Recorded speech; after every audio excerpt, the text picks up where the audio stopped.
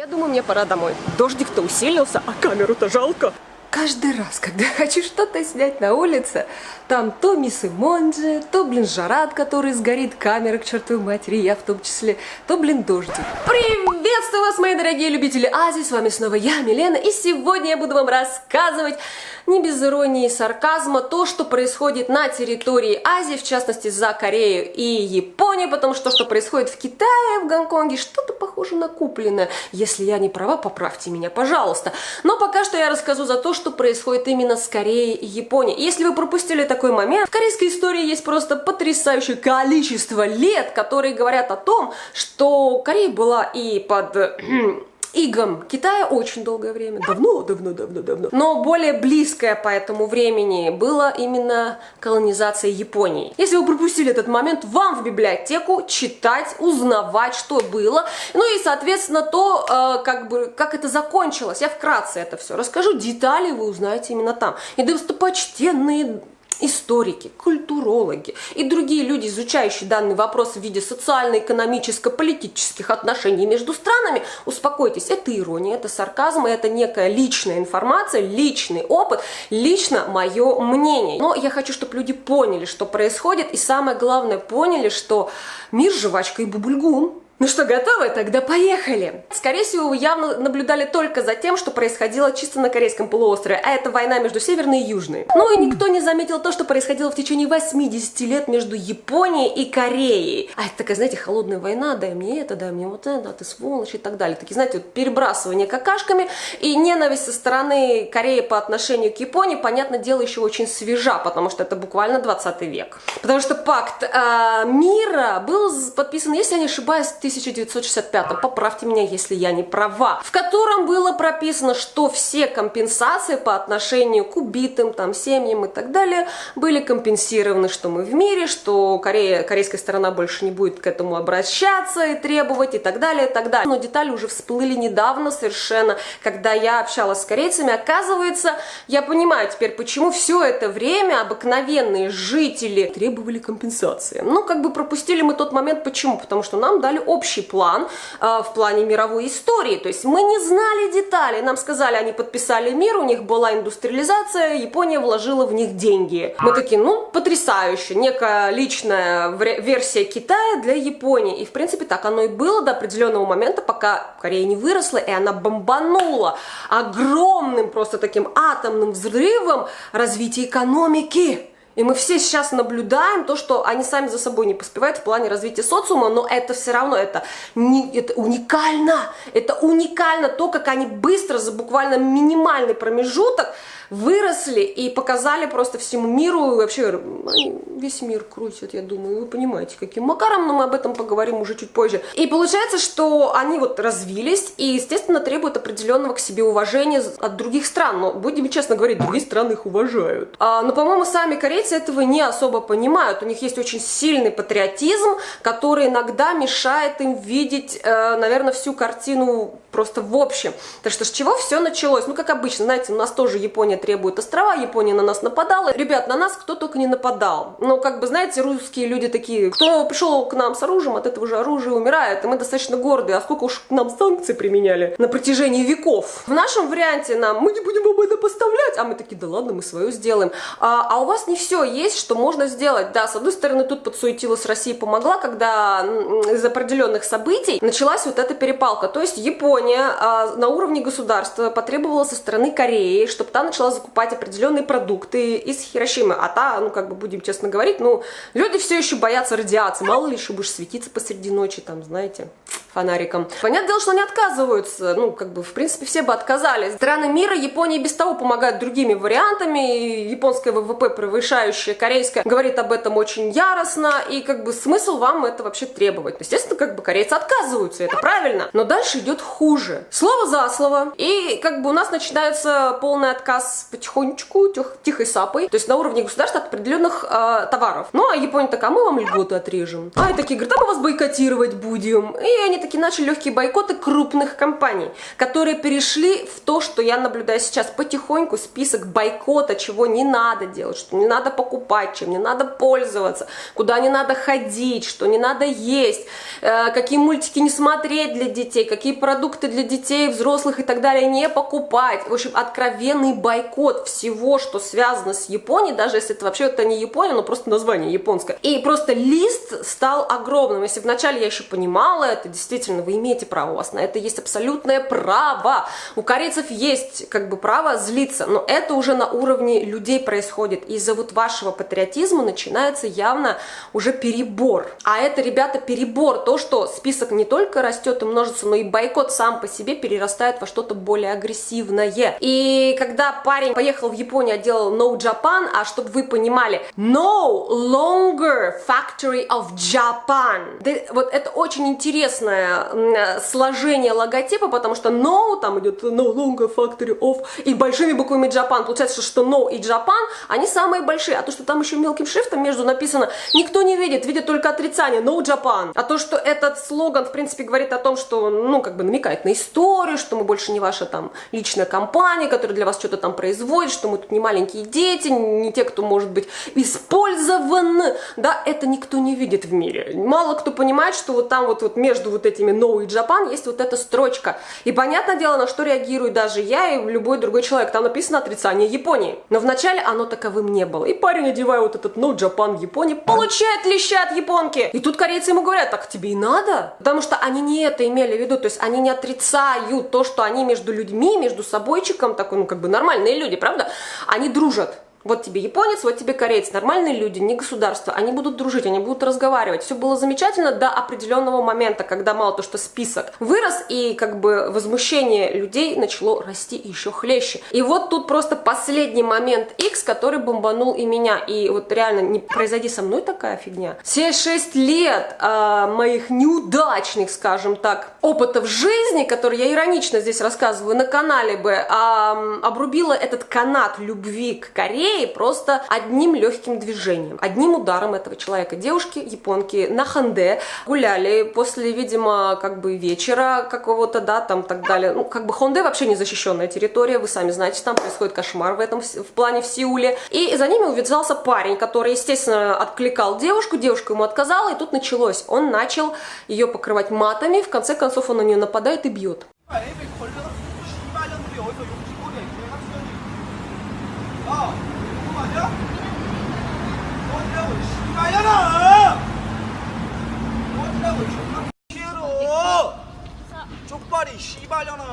Если бы это была кореянка, вы сами понимаете, здесь бы уже просто все бы гремело. Просто бы тут прям в каждом СНС, в каждом просто новостном канале все бы это было написано. Но об этом рассказал только СБС и пара новостных каналов иностранного характера. И понимаете, как бы то, как реагируют сами корейцы, офигевшие, потому что это японка, любящая Корею. И на нее нападает кореец. Ты понимаешь, что в семье не без урода, но случись со мной такое... Это была бы просто последняя капля. Я бы не была такой толерантной уже, как это сделала японка. Она все спустила на парах, она успокоилась, она за неделю просто успокоилась и успокоила всех. То есть, как бы, все, ребята, я люблю Корею, ничего не знаю, как бы, да, пусть он будет наказан, но я люблю Корею. Она, доказывая своим примером, как бы, да, то, что она не хочет, чтобы это переросло в что-то большее. А из-за вот этих всех вот давайте не будем что-то от Японии, в корейцах явно выросло вот это скрытое, просто пророщенная аккуратным семечком еще с тех времен ненависть по отношению к японцам. Вместо того, чтобы ненавидеть государство, начали просто ненавидеть обыкновенных людей. И это меня дико напугало на самом деле, но если бы не реакция определенных блогеров корейских, если бы не реакция определенных людей под этими, соответственно, видео и под видео новостей, сами новостные ленты, говорящие о том, что они извиняются, что они не хотели бы, чтобы так произошло, наверное, бы у меня бы произошел тоже сдвиг в голове. То что, ну, будем честно говорить, зачем Корее кому-то что-то доказывать, когда она уже и без того потрясающая страна. И теперь поговорим о том, почему Корея потрясающая, как многие другие страны, почему я ее люблю. Ребята, реально, мир жвачка бубульгум. По-моему, сами корейцы не понимают, насколько они офигенные, насколько они потрясающие и насколько они просто невероятные. И, видимо, из-за этого они пытаются что-то кому-то доказать вот этим патриотизмом, и местами он перерастает в какой-то расизм и даже вандализм. Когда что-то очень много, это уже overacting, который приводит, в принципе, любого человека в состояние, ну, вы сами понимаете. Дорогие мои, называются русские корейцы и, возможно, просто корейцы. Вы потрясающие. Мало того, что вы бомбанули экономику, буквально за короткие сроки подняли страну, привели ее к тому, что почти половина мира пользуется вашими технологиями Samsung и LG. У вас есть самое страшное, что, в принципе, может представить любая страна, и которая, ну, не сможет за вами еще долго угнаться. K-Wave. Ребята, ваша волна вот этой вот индустрии, поп-культуры, поп-индустрии, фильмов, она, наконец, бомбанула так, что весь мир знает, что такое кей-поп. Чего нельзя было бы сказать в свое время, когда шла японская волна. Никто не знал, что такое джей-поп, потому что это была все-таки такая, знаете, урбан-культура, которая, ну, не всем зашла. Здесь даже бабушки знают, что такое кей-поп и кто такие BTS. Ребята, это победа, а вас знают, вас уважают, вас слушают. Вас можно олицетворять по факту кей-вейва. Это ваша просто, я не знаю, золотая жила не только в плане зарабатывания денег, но и в плане узнаваемости. В каждой стране есть свой какой-то такой бум узнаваемости. Ваше это кей-вейв, ваше это определенные продукты, которые опять же за счет кей-вейва разошлись по миру, народ уже просто, если говорят кимчи, все понимают Корея, если говорят BTS, все говорят Корея, если все говорят типа Мадон Сок, все говорят Корея, все уже понимают кто, то есть определенные актеры, определенные действия уже говорят о вас о том, что вы независимы, что вы можете, что вы потрясающие, но вы, кажется, об этом забыли. Я вам об этом напоминаю, вы потрясающие, никому ничего доказывать вам уже не надо, вы абсолютно независимые и потрясающие. В то же время потрясающий Китай. Ребята, мы выросли на фильмах, связанных с боевыми искусствами. Я думаю, все как минимум выросли на Джеки Чане, а то и на Чоу, и, если не ошибаюсь, кто-то еще. Напишите, кстати, в комментариях. Мы уже не представляем себе Китай без чего. Нет, не made in China, факт того, что там все производят для всего мира, хотя это тоже показатель. Нет, мы не можем представить себе уже фильмы, в которых нету кунг-фу, который противоречит всем законам физики. Это то же самое, как Болливуд в Индии, да, который тоже, опять же, против всех законов физики и обязательно с музыкой. Это обязательно должен быть фильм, в котором прозвучит хотя бы 3 музыки, и там все дружно хором будут танцевать с толпой людей. Мы уже не можем себе как-то иначе Болливуд представить. То же самое происходит с Китаем. Я обожаю то, что они взяли за толику кунг-фу, они взяли то, что произвел Джеки Чан и многие другие, и сделали из этого фирменный знак, как корейский с кей-вейвом.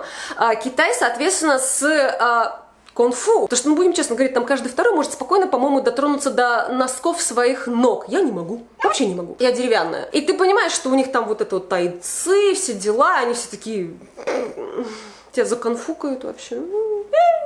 И ты уже понимаешь, что даже в любой драме ты уже прослеживаешь все вот эти фантастические кунг-фу какие-то вещи, когда там просто сделали движение фу, а у тебя так туда волосы, да? Ну, как бы спасибо Джеки Чану, спасибо Чоу, спасибо всем тем, кто... Ну, и, конечно же, Брюсу Ли, да, конечно, это же все-таки с Брюса Ли все началось, все-таки, молодец, мужик. И ты понимаешь, что это вот просто фирменный знак Китая, за который ты его уважаешь, за который ты его любишь. А то, что к нему сверху прибавляются всякие там вкусняшки, это плюс. За что мы любим Японию? Понятное дело, что пока что никто не переплюнул ее. В чем? Это аниме, это гейм-индустрия, это, естественно, определенные виды, опять же, продуктов. То есть, если ты думаешь о играх, это первое, что приходит тебе на ум. Правильно, Final Fantasy. Если не Final Fantasy, тогда Metal Gear. Если не Metal Gear, тогда Sonic. Если не Sonic, тогда уже там, ну, как по нисходящей. Тайкены, там, Street Fighter, ну, блин. Ты уже не представляешь себе другую какую-то картину, если это вот как бы, да, ну и аниме. Ты просто понимаешь, что это просто вот типовой знак Японии, за который ее все любят. Это ее фишка. Но фишка Кореи — это кей-поп, потому что они посмотрели на Японию и сделали лучше. Они их обогнали. Вот, ребята, вы уже победили, понимаете, корейцы, дорогие мои, вы уже победили. Вот просто... Ну, пока они, вот, вы, наверное, не понимаете. Я обожаю каждую из этих стран. И когда вот между ними происходит какой-то бедлам, и особенно сейчас, мне на это просто больно смотреть. Тем более, когда я не могу даже теперь в магазине найти свои вкусняшки. Если я раньше могла пойти в магазин, я дико просто до слез плакала от радости того, что я могу найти японские товары, купить их и сожрать. Теперь не в каждом магазине я могу это найти. Мое мнение о том, что каждая страна обладает своими плюсами, и не надо никому ничего доказывать.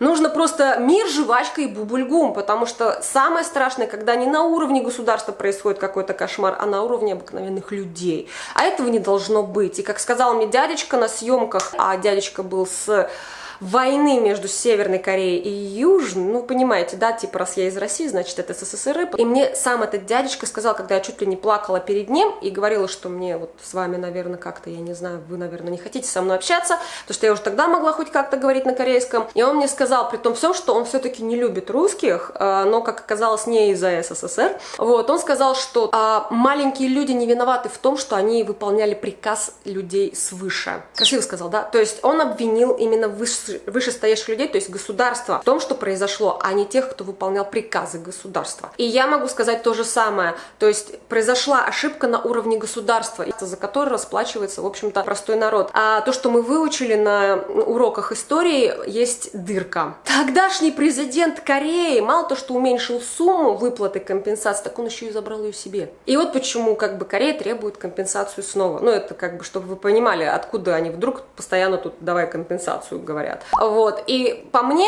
вот это, наверное, неправильно, конечно, прозвучит, но тогда надо спрашивать именно с этого человека, который взял себе деньги, то есть это с того самого корейца, с его семьи и так далее, и так далее. Вот, но, как бы, народ все равно как-то туда. Как бы это мое личное мнение, господа, можете меня за это ненавидеть, но правильнее требовать с того, кто совершил, наверное, все-таки эту ошибку в корыстных целях. Но самое главное, что все это закончилось миром, жвачкой и бубульгумом, потому что реально, ребята, давайте жить дружно, вы же все такие классные, давайте все-таки опираться на то, что вы классные, а не то, что когда-то было давно. Нужно помнить, но не нужно этим как бы злоупотреблять. Поэтому мир, жвачка, бубульгум, надеюсь, что это все закончится быстро, хорошо, и все-таки много народа из Кореи любит Японию, и много японцев любят Корею. Ну и в обратную сторону в плане Китая. Так что, ребята, моя Азия надеется на мирное разрешение вопроса. Я в частности, потому что я люблю вас всех, уважаю за определенные вещи, а то, что было в истории каждой страны, не только азиатской, за которую явно всем стыдно, но мы не должны на это явно постоянно тыкать пальцем, потому что и в Европе есть свои минусы, и в Америке все грешны. Каждая страна имеет свой грех. И тыкать постоянно кому-то и говорить, что они негодяи, нехорошо. Ну что же, ребята, если вы так же, как и я, хотите, чтобы все закончилось мирно, поставим пальчики вверх, оставляем свои комментарии и мир, жвачка, бубульгум вашему дому.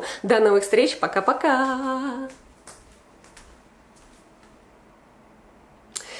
Да. Не, ну на самом деле страшная тема, я ее снимала уже, наверное, раз 20.